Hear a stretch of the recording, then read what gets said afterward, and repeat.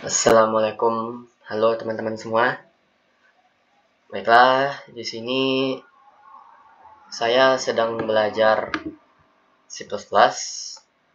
Saya ingin belajar tentang library atau header time ya. Tapi saya di sini akan menggunakan time daripada library time.h karena saya menggunakan C++. Baiklah, karena kita sama-sama belajar, jadi mari kita mulai saja. Pertama kita includekan library-nya yang digunakan untuk waktu. Untuk di C++ itu time. Dan kita buka saja time-nya, ada apa saja di sini. Baiklah, ini tidak usah dihiraukan ya. Ini saja yang kita lihat. Pertama, di sini ada namespace std yang di dalamnya ada clock t, time t, dan tm. Yang tiga ini adalah tipe data, dan yang selebihnya ini adalah function. Yang tipe data clock t ini digunakan untuk menyimpan satuan waktu dalam bentuk epoch. Sedangkan terbalik, yang time t ini dalam satuan epoch, yaitu sejak 1 Januari 1970 kalau saya tidak salah. Jika salah mohon dikoreksi. Dan clock t ini digunakan untuk menghitung satuan waktu dalam clock komputer gitu. Sedangkan tm ini digunakan untuk menyimpan waktu yang spesifik seperti tanggal, hari, gitu, jam, detik. Baiklah, langsung saja kita coba. Pertama-tama teman-teman buat dulu file C++ seperti biasa. Lalu jangan lupa ditambahkan time-nya. Lalu pertama-tama kita buat sebuah tipe data karena kita menggunakan C++. Atau begini saja. Aslinya menggunakannya seperti ini, time.t. Pertama-tama kita akan membuat waktu dalam satuan epoch, yaitu dengan menggunakan time.t, time underscore t. Tipe datanya itu time underscore t, lalu kita buat nama variabelnya itu terserah ya. Misalnya waktu sekarang. Karena kita menggunakan C++, jangan lupa karena tadi di sini masuk dalam namespace std. Kita buat sebelumnya di sini std. Oh ya, karena di sini kita nggak pakai std ya. Lalu di sini kita panggil sebuah function, yaitu function time ini ya. Function time menggunakan untuk mencari waktu sekarang dalam satuan epoch. Langsung saja kita panggil std time. Lalu ini reference dari variabel yang akan kita masukkan gitu, yaitu waktu sekarang. Nah, jadi di sini terdapat sebuah variabel yang bernama waktu sekarang. Tipe datanya itu time underscore t yang menyimpan waktu dalam satuan epoch. Lalu di sini dipanggil sebuah function, yaitu time, yang memiliki sebuah parameter. Parameternya itu sebuah alamat dari variabel yang ingin kita isi dengan satuan epoch. Lalu jika misalnya di sini kita cout, jangan lupa pakai std ya.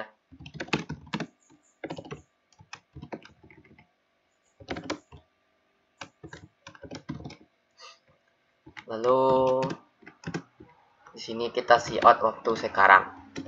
Maka saat di run, maka di sini akan memperlihatkan waktu dalam satuan epoch.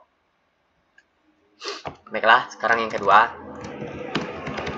Waktu dalam satuan clock. Saat ingin menghitung satuan clock, misalnya ingin menghitung berapa lama sebuah for loop, sebuah function dieksekusi, maka kita bisa menggunakan clock t gitu. Jadi kita buat sebuah variabel dengan tipe datanya clock t, misalnya di sini start dan end. Lalu di sini jangan lupa kita pakai std karena kita menggunakan time, bukan time.h. Lalu setelah itu kita panggil saja. Nah, di sini agak berbeda ya teman-teman. Kalau di sini menggunakan time, lalu parameternya itu variabelnya, sedangkan di sini bukan gitu. Kita kalau ini lebih kurang tuh semacam variabel void, sedangkan untuk mendapatkan waktu dalam satuan clock ini, variabelnya ini bukan variabel void gitu. Si clock ini variabel yang memiliki return gitu. Makanya di sini kita panggilnya itu seperti ini. Star sama dengan clock gitu. Lalu jangan lupa salin juga nggak apa-apa, n gitu. Jadi kita buat prosesnya itu di antara start dan end gitu. Misalnya di sini kita buat for loop saja mungkin. Kita cari sama dengan 0 dikurang dari banyak-banyak sajalah kita buat plus. Nah, misalnya seperti ini. Lalu di sini kita cari selisihnya. Misalnya kita buat sebuah variabel untuk menyimpan selisihnya. Misalnya waktu dalam detik. Kita ubah langsung dari clock ini ke detik gitu. Caranya yaitu kita teman-teman sebelumnya harus belajar template dulu ya. Saya sarankan untuk belajar template karena kita akan menggunakan template begitu. Untuk mengkonversi menjadi double dari clock, maka kita akan menggunakan sebuah fungsi yang bernama static cast gitu. Static casting. Lalu kita castingnya itu ke dalam variabel yang sama dengan ini gitu. Dengan tipe data variabelnya, yaitu double. Ini function sebenarnya nggak kemauan buat, terusnya nggak apa-apa, tapi buat sajalah gitu. Lalu baru dimasukkan parameternya gitu. Parameternya ini n dikurang start gitu. Jadi di saat fungsi ini dijalankan akan mengambil waktu sekarang misalnya. Lalu dijalankan fungsi ini. Setelah fungsi ini dijalankan diambil lagi waktunya gitu. Jadi waktu selesai dikurang waktu mulai gitu. Nah, kalau ini waktunya masih dalam satuan clock. Tapi kalau teman-teman pengen dalam detik, jangan lupa dibagi dengan clock per second. Setelah itu kita cout itu dalam detik. Nah, atau kita perjelas waktu sekarang.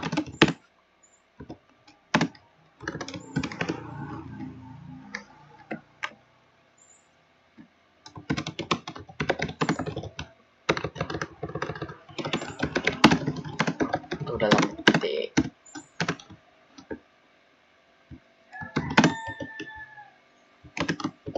Lalu kita jalankan. Maka di sini, nah, waktu sekarang ini mengambil waktu epoch, sedangkan waktu dalam detik ini 0,29, ini dalam satuan detik, 0,29 detik gitu.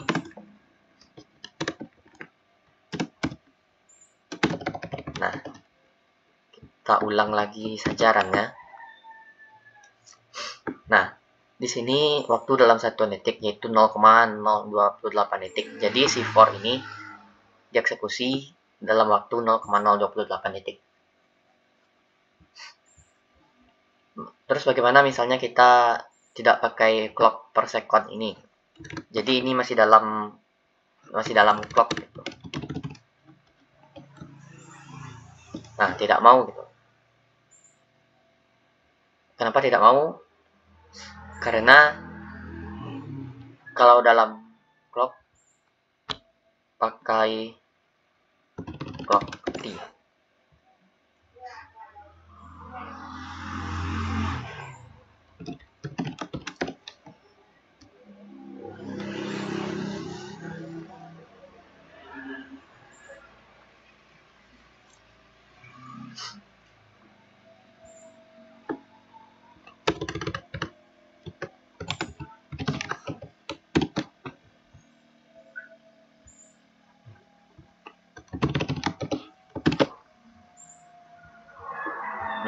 seperti ini. Atau kita buat saja yang keduanya. Ini tadi kan dalam clock, sekarang yang dalam detik. Waktu dalam detik. Atau kita salin saja ini.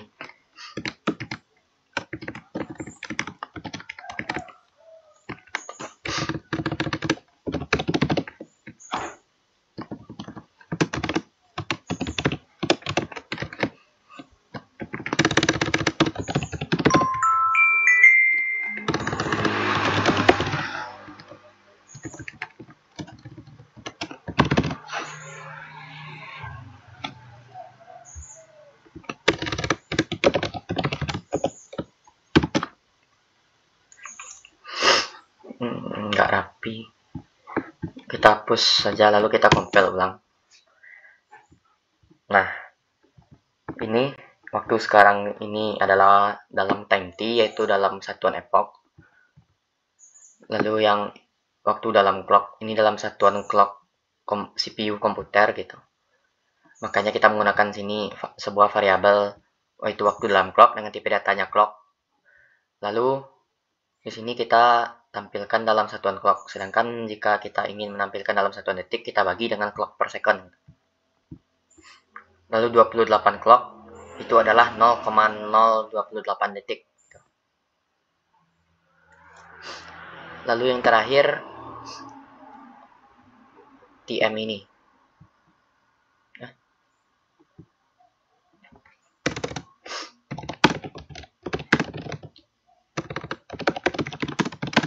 Nah, TM ini digunakan untuk waktu detail. Misalnya kita buat sebuah, jangan lupa std, sebuah variabel dengan tipe data TM. TM misalnya kita buat apa ya? Date mungkin. Oke, date. Nah, tapi di sini si TM-nya ini menggunakan tipe data variabel gitu. Tipe data pointer. Lalu di sini si date-nya kita isi dengan sebuah fungsi, yaitu local time gitu. Local time ini akan mengambil waktu komputer kita sekarang gitu. Local time. Nah, parameternya ini adalah sebuah variabel dengan tipe data time t pointer gitu. Maka dari itu kita argumennya di sini kita pakai sebuah variabel yang memiliki tipe data time t gitu. Nah, misalnya kita buat di sini std time t on now gitu. Lalu kita buat lagi seperti tadi, time now. Nah, ini mengambil dalam satuan epoch, lalu setelah itu dimasukkan ke sini gitu.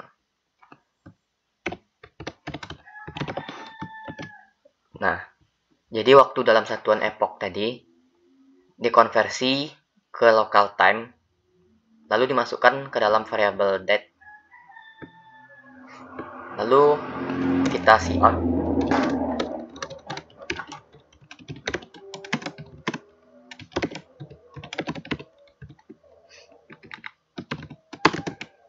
Nah, kita lihat saja di date ini ada apa saja gitu. Kita gini dulu, titik. Nah, di sini ini sebenarnya adalah sebuah struct CTM ini. Lalu kenapa tidak bisa menggunakan titik? Karena ini adalah variabel pointer. Karena variabel pointer kita menggunakan arrow gitu.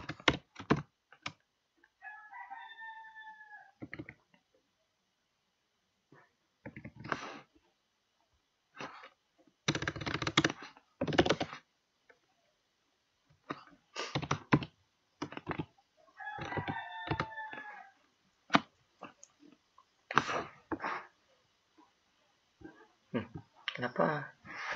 Coba kita lihat dulu. TM second.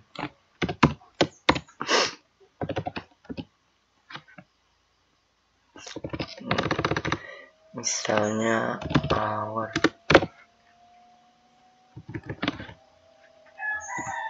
titik komanya ini belum ada tadi, makanya jadi error gitu.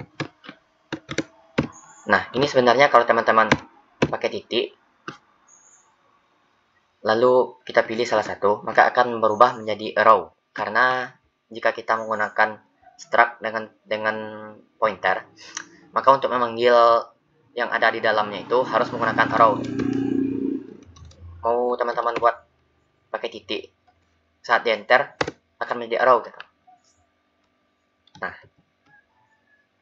atau di sini kita cout dulu.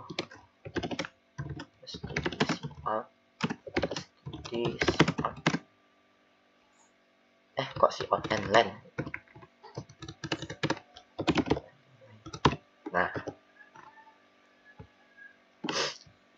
Nah, di sini setelah kita salin, di sini ada metode apa saja gitu.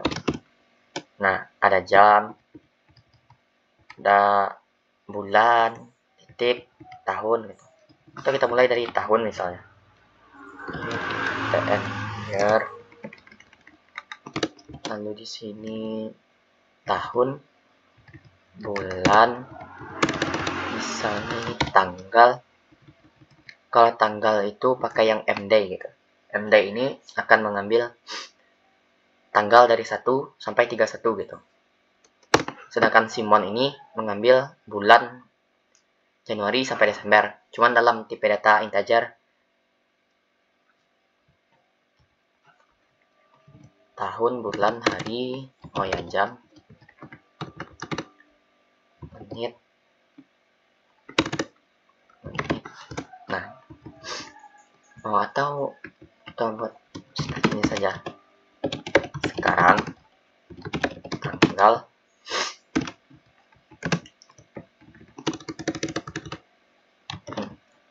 ini tahun,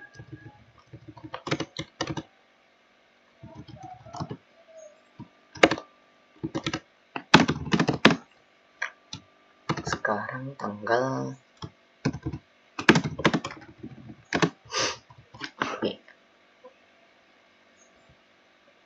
berarti ini tanggal TMT, tanggal, bulan, tahun,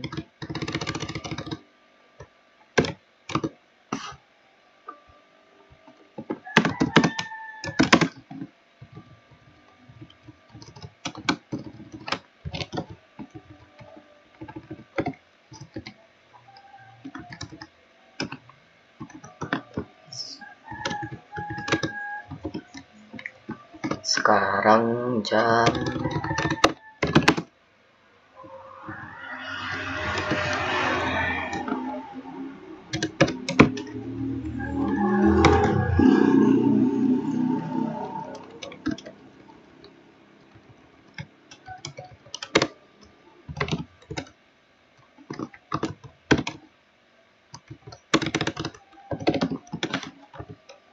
nah seperti ini teman-teman. Nah, jadinya ini sekarang tanggal 15 bulan 0 tahun 124 jam 10.13.18. Nah, ini kenapa 15.0124? Jadi si MD ini mengambil angka dari 1 sampai 31. Mon ini dari 0 sampai 11. Dan year ini mengambil dari tahun 1900. Jadi ini 124 tahun setelah tahun 1900 gitu. Makanya sekarang kan 2024 saat saya membuat video ini, makanya sini 124 gitu. Nah, kalau teman-teman ingin tanggal yang akurat, di sini kita tambahkan saja gitu. Nah, begini.